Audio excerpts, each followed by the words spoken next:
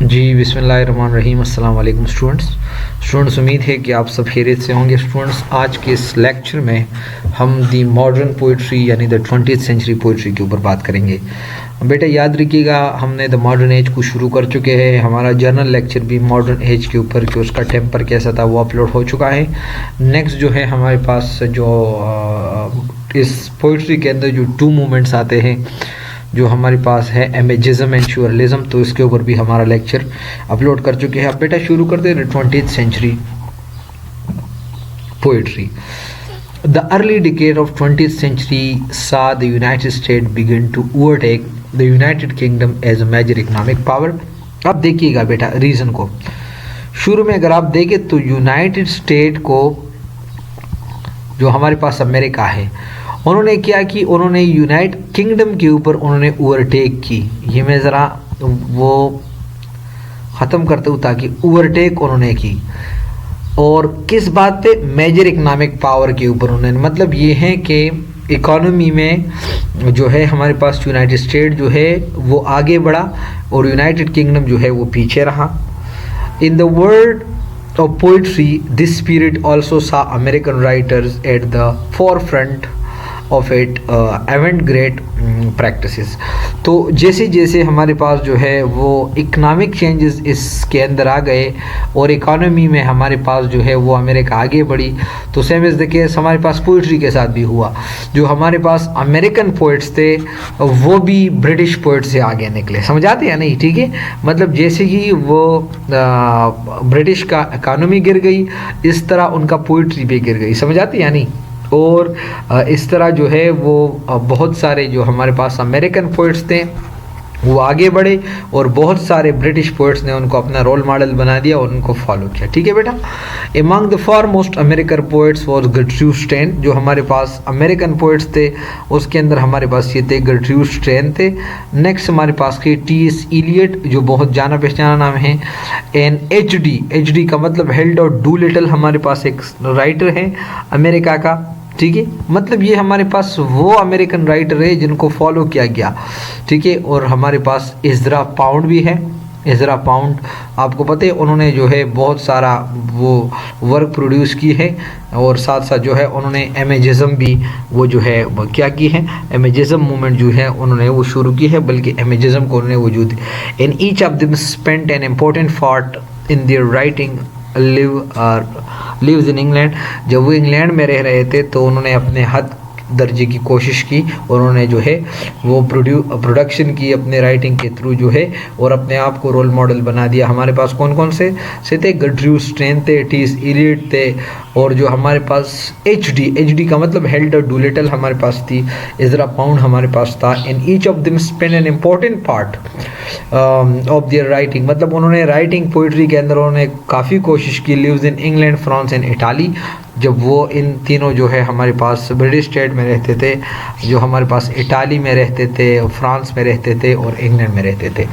अब नेक्स्ट जो है हमारे पास पाउंड्स इन्वॉल्वमेंट। पाउंड्स का मतलब Ezra Pound's involvement with the imagist mark at the beginning of the revolution in the way of poetry was written. मतलब उन्होंने जो है इमेजिनिस्ट एक मूवमेंट में वो इन्वॉल्व रही और उन्होंने जो है पोइट्री के अंदर एक रिवोल्यूशन लाई, एक इनकलाब उन्होंने लाई। And what was imagism? Imagist school of thought, they were in thinking to produce something. Already जो है उसके ऊपर हमारा बड़ा डिटेल लेक्चर मौजूद है, एमेजिज्म एंड जो श्योरलिज्म है उसके ऊपर, बिल्कुल आप जा सकते हैं, उसको आप देख सकते हैं। English poets involve with this group included D.H. Lawrence, Richard Aldington, T. Hume and F.S. फ्लैंट, E. Canning, floored FedEx and जो हमारे पास एलन ऑफवर्ड है एंड जॉन कॉर्नर्स जो है ये हमारे पास है ब्रिटिश राइटर और वो भी इस मूवमेंट के साथ यानी जो इमेजिनिस्ट मूवमेंट है उसके साथ जो इन्वॉल्व थे वो यही पोइट्स थे और वो किसको फॉलो कर रहे थे? इज़रा पाउंड को फॉलो कर रहे थे। अच्छा, 4 नंबर पॉइंट को अगर आप देखें, so T S Eliot after the publication of the Waste Land, याद रखिएगा Waste Land is a very important poem, poetic work. It consist of 5 sections, इसके अंदर हमारे पास 5 सेक्शंस है, ठीक है ना। ये बहुत ग्रेट वर्ड है, ठीक है ना। और ये मैं आपको बताता चलूँ कि इसका मतलब सीन इसके अंदर क्या है, क्यों उसने लिखी है। एक तो टीस इलियट का जो पर्सनल लाइफ है, ये इसको भी रिप्रेजेंट करता है, क्योंकि उसका वो जो है कई दफ़ा जो है उसका मैरिज सक्सेसफुल ना रहा, तो एक तो उसके बारे में है। और नेक्स्ट जो है, जो उस टाइम पे इंग्लैंड के हालात चल रहे थे, जैसे कि हमारे पास मॉडर्न टाइम के अंदर बहुत बढ़िया ही तबाहिया और सब कुछ जो है वो बिगड़ चुके थे ना। तो जैसे कि वो डेथ ऑफ गॉड जो है वो रिच ने लिखी है, या डेथ ऑफ आर्थर पर आ गई, समझाते हैं नहीं। तो एक तरह का कन्फ्यूजन, एक तरह का मतलब जो हमारे पास मॉडर्न टाइम थे ना, जो अगर आप फर्स्ट लेक्चर आप देखें जो मॉडर्निज्म के ऊपर है या मॉडर्न मूवमेंट है, तो आपको अंदाज़ा होगा कि what was happening there, and definitely you will find the wasteland is the best example of the modern time of the modern era। तो जब उन्होंने वेस्टलैंड को पब्लिश की, the Waste Land and became a major figure in influence by other English poet, जब उन्होंने यानी the Westland जब उन्होंने प्रोड्यूस की टीस इलियट ने, तो ये बहुत सारे इंग्लैंड के राइटर्स के लिए एक क्या बने, एक रोल मॉडल बन गया। नेक्स्ट हमारे पास 5 नंबर पॉइंट है, in addition to these poets, इन पोइट्स से बढ़ के other English modernist began to emerge, और भी हमारे पास इंग्लिश मॉडर्निस्ट जो है वो आने लगे। These includes the London Welsh poet, हमारे पास लंदन के जो वेलिश पोइट था, पेंटर और पेंटर भी था जिसका नाम है David Jones, whose first book, जिसका वो पहला किताब का नाम था In Parenthesis, was one of the very experimental poem to come out of world war and the scored high, MacDiarmid, Mina Loy and Basil Bunting जो है, ये हमारे पास जो हमारे पास इन पोइट से बढ़ के जो हमारे पास और पोइट जो है वो इमर्ज हुए थे उस दौरान जो है। तो इनमें से हमारे पास ये दीज इंक्लूडेड से के बाद आप देखें तो ये हमारे पास जो सबसे मशहूर उसका जो बुक है ना, जो डेविड जोन्स ने लिखी है इन पैरेंथेसिस, ये बिल्कुल वर्ल्ड वार 1 के एक्सपेरिमेंटल पोएम्स है। उसके अंदर ये एक तरह का कलेक्शन ऑफ पोएम्स है और ये एक्सपेरिमेंटल वर्क है जो आपको बताता है कि what was happening there during and after और in between the world war 1। ठीक है बेटा। 6 नंबर पॉइंट है, the poets began to emerge in 1930 heads, जो 1930 के अंदर जो पोएट्स इमर्ज होते जाते थे, तो they had 2 things in common. ठीक है, 2 चीज़ें जो है वो उसके अंदर बहुत ज़्यादा कॉमन थे। कौन पोएट्स के अंदर, जो 1930s के दौरान जो है वो इमर्ज हुए थे। अब कौन कौन से, they had all been born too late to have experience of pre world war, यानी वो जो है एक तो उनके पास एक्सपीरियंस नहीं था कि वर्ल्ड वार 1 से पहले ही क्या हुआ था, क्योंकि वो तो 1930 के बाद इमर्ज हुए। और वर्ल्ड वार 1 हमारे पास 1914 से लेके 1918 तक था। And they grew up in a period of social, economic and political टर्म्यूल।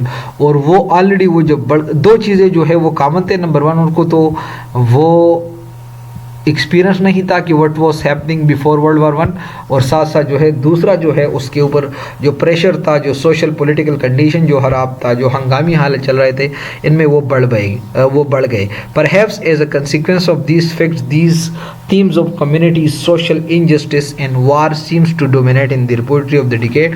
तो जब वो उसमें बढ़ गए तो देखिए, एक बंदा जब भूखा है ना तो उसको खाने की कुछ ज़रूरत है। एक बंदा प्यासा है, वो आपको बोले कि मुझे गिलास पानी दे, और तुम उसको कहे कि ये जिलाई, आपको क्या रही जिलाई बाढ़ जाए, मुझे गिलास पानी दे, समझाते हैं नहीं। तो इंसान जिस हालात से गुजर रहा है और जिस मसाइल का वो शिकार हुआ है ना, तो वो वही चीज़ जो है वही चीज़ का वो अक्कासी करता है।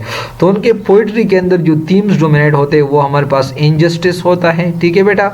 एंड जो हमारे पास थीम्स ऑफ कम्युनिटी, मतलब जो कुछ जो ये असल में ये हकीकत भी थे, फैक्ट्स भी थे, समझ आते हैं नहीं।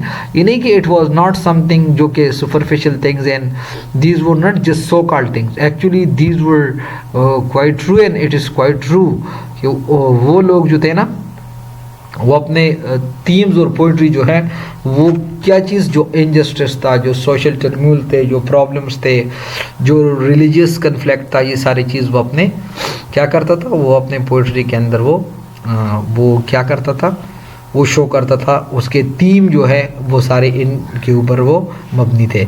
7 नंबर पॉइंट हमारे पास है the poetic image of the decay was dominated by 4 poets. हमारे पास 4 पोएट्स रहे हैं, 4 शुअरा रहे हैं। ये पोएटिक इमेज जो है वो उन्होंने डोमिनेट की। नंबर 1 हमारे W.H. ऑर्डन है, स्टेफन स्पेंडर है, सेल्सियल डी लेविस है एंड लेविस मैकनीसी है and they all admired T S. Eliot. और ये सारे जो है किन को एडमायर करते थे, टी.एस. इलियट, मतलब they made T S. Eliot as their role model. देखिए तो ये बहुत ज़बरदस्त और बहुत ज़्यादा लाजमी पॉइंट है। who were the man figure who dominated the modern poetry? So W.H. Auden थे, स्टेफन स्पेंडर थे, सेल्सियस डे लेविस थे एंड लेविस मैकनीसी थे। ठीक है बेटा। अब ये हमारे पास जो है, हमारे पास in 1930s saw the emergence of home ground English surrealist. तो ऑलरेडी मैं आपको बताया श्योरलिज्म के ऊपर हमारा लेक्चर मौजूद है। Poetry who main exponent was Davis Gascoyne, already हमने मेंशन की है। हॉक्साइक्स, डेविस एंड जॉर्ज बेकर है एंड फिलिप ओकॉर्नर जो है ये हमारे पास श्योरलिस्ट मूवमेंट के साथ जो 19, ये dates are very much important कि आपने डेट लाजिम जहन में रखना है कि कब वो इमर्ज हुए।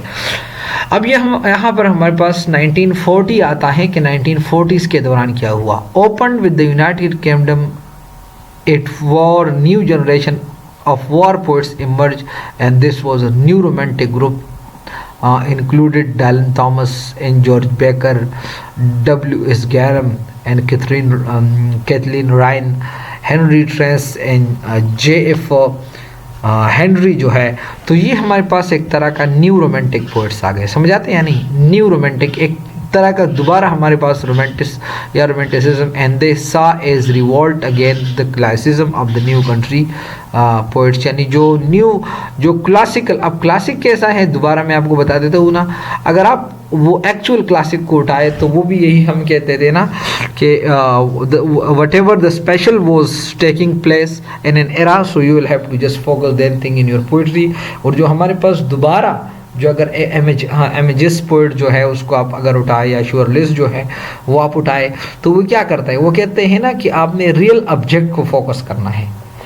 श्योरलिज्म जो है आपको ये बताता है कि आप इमेज के साथ साथ आप ऑब्जेक्ट भी उठाए तो आपको इस चीज़ का ठीक समझ आ जाएगा। और जो हमारे पास 18th सेंचुरी जो हमारे पास क्लासिकल पोइट्री हमारे पास आई थी, आप उसका अगर आप फोकस कर ले तो वो भी हमें यही बताते। तो एक तरह का जैसे कि उस दौरान जो है फिर हमारे पास 17th सेंचुरी के बाद जो हमारे पास रोमांटिसिज्म आया, so it was a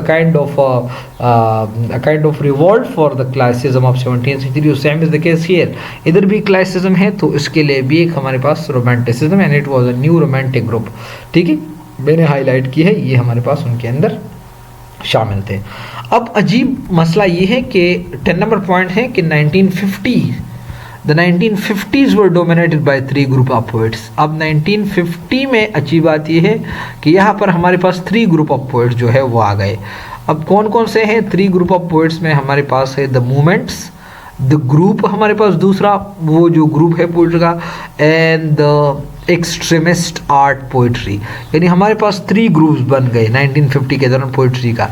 the movement group, the group itself was a group of poets and the movement poets was a group came in public notice in the Robert Conquest in 1955's anthology new lines. जब उन्होंने Robert कंकिस्ट ने 1955 के दौरान जो एक anthology लिखी है new lines, the new lines, तो वो इनसे इन्फ्लुएंस हो के और वो जो है एक तरह का आप समझे कि द मूवमेंट पोइट्री जो है हमारे पास जो है उसके साथ जो है उसका वजूद आया, the movements. The core of this group was Philip Larkin. अब उसका जो मेन ग्रुप थे वो फिलिप लड़कन था, एलिजबेथ गैनिंग था, डीजे इनराइट था, किंग्सले आर्म्स था, स्टॉम्स गन था एंड डोनाल्ड डेविस था। ठीक है बेटा, and they all were identified by the hostility to modernism and internationalism and looked Hardy as their leader. यहाँ पर ये बहुत ज़बरदस्त है, यानी जो हमारे पास मूवमेंट्स पोइट्री जो थी ना, द मूवमेंट तो वो असल में तामसाडी को अपना रोल मॉडल समझते थे, समझ आते हैं नहीं, उसको वो फॉलो करते थे, ठीक है बेटा।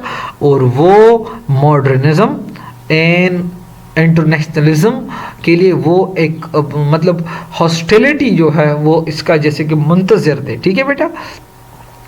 नेक्स्ट हमारे पास है एज बिफिट्स द ग्रुप। अगर हम अब ग्रुप की बात कर ले, यानी बिफिट्स का मतलब जो ठीक आते, the group was normally a group of poets, यानी वो हमारे पास सिर्फ एक ग्रुप, जैसे कि नाम से अंदाजा लगता है कि ग्रुप, तो ग्रुप हुआ the group of poets meeting for weekly discussion under the chairmanship of Philip Hobson, यानी उसका जो लीडर हुआ। एक तो मूवमेंट का तो समझ आ गया ना। नेक्स्ट हमारे यार मैं चाहता हूँ कि उसको मैं एक दूसरा हाईलाइटर्स में उधार लूँ किसी से, लेकिन ताकि आप लोग कहीं कंफ्यूज ना हो जाए, देखिए हम बहुत अच्छा बंदा हूँ, ठीक है बेटा, यानी मैं ऐसा कर देता हूँ।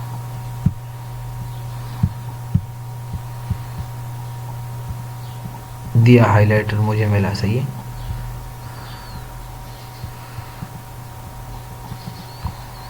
अच्छा, the group was normally a group of poets meeting for weekly discussion under the chairmanship of Philip Hobson, Edward लेवस्पेथ, ठीक है बेटा। नेक्स्ट जो है हमारे पास द टर्म एक्सट्रीमिस्ट, यानी अब मैं ऐसा करता हूँ, नेक्स्ट हाईलाइटर जो है मुझे चाहिए ताकि मेरे बच्चों के लिए कोई कंफ्यूजन ना बने, समझ आते बच्चों। यहाँ से अगर बेटा अगर हम द एक्सट्रीमिस्ट की अगर हम बात कर ले तो यानी ये हमारे पास ऐसे बन जाते हैं।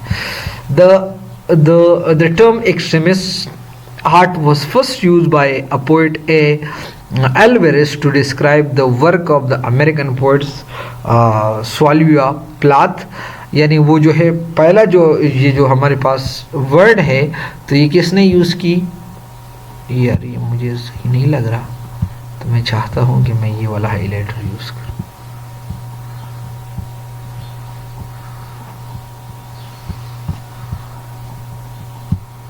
हाँ बिल्कुल, पहला जो है ये इस बंदे ने यूज़ की, इस बंदे ने, ठीक है, जो हमारे पास अल्वेरेज, और उसका describe the work of American poet, यानी वो एक अमेरिकन के पोइट है, उसका वर्क को डिस्क्राइब कर रहा था जिसका नाम है Sylvia Plath. Other poet associated with this group, तो इसमें हमारे पास टेड ह्यूज आते हैं, फ्रांसिस बेरी आता है, एंड जेन सेल्किन आता है। These poets were sometime compared with the expressionist of German school, जो हमारे पास जर्मन स्कूल के एक्सप्रेशनिस्ट ग्रुप हैं उसके साथ उसको कभी कभार कंपेयर भी किया जाता है। Last 3 decades of 20th century saw a number of short-lived poetic grouping including the marathon along with the general trend toward what has been termed as a polystylistic, namely as the intensification within the individual poets of four kinds of style, जो हमारे पास subject है, voice and register and all form. जो हमारे पास last 3 decades में जो है हमारे पास एक जो पोइट्री रही है या ग्रुप अप, तो वो पोएसिलिस्टिक्स को वो फॉलो कर रहे थे। पोएसिलिस्टिक हमारे पास एक तरह का intensification with the individual poets है, जो कि मेनली जो है वो all kind of work produce होते थे उस टाइम पे, all kind of subject produce होते थे, वॉइसेस प्रोड्यूस होते हैं, रजिस्ट्रेल फॉर्म। तो बेटा हमारे पास ऊपर जो जितना मैंने हाईलाइट की है यहाँ तक जो है हमारे पास मॉडर्न पोइट्री का एंड हुआ है। अब ये लास्ट जो 20th सेंचुरी के जो लास्ट 3 decades है उसके अंदर ऐसी पोइट्री आ गई जिसके अंदर हर तरह के स्टाइल और हर तरह के सब्जेक्ट मैटर और हर तरह की वॉइस और रजिस्टर होता था, ठीक है बेटा। तो बेटा ये हुआ हमारा मॉडर्न पोइट्री कि मॉडर्न पोइट्री हमारे पास कैसी थी, और हमने तकरीबन कोशिश है कि उसको हम एक्सप्लेन कर ले, कंप्लीटली डिस्कस कर ले। तो इसके बावजूद भी आपका कोई सवाल हो तो आप पूछ सकते हैं, सवाल ना हो तो हमारे साथ रहे, इंशाल्लाह आप लोग का बहुत ज़्यादा फ़ायदा होगा। थैंक यू बेटा, अल्लाह हाफिज़।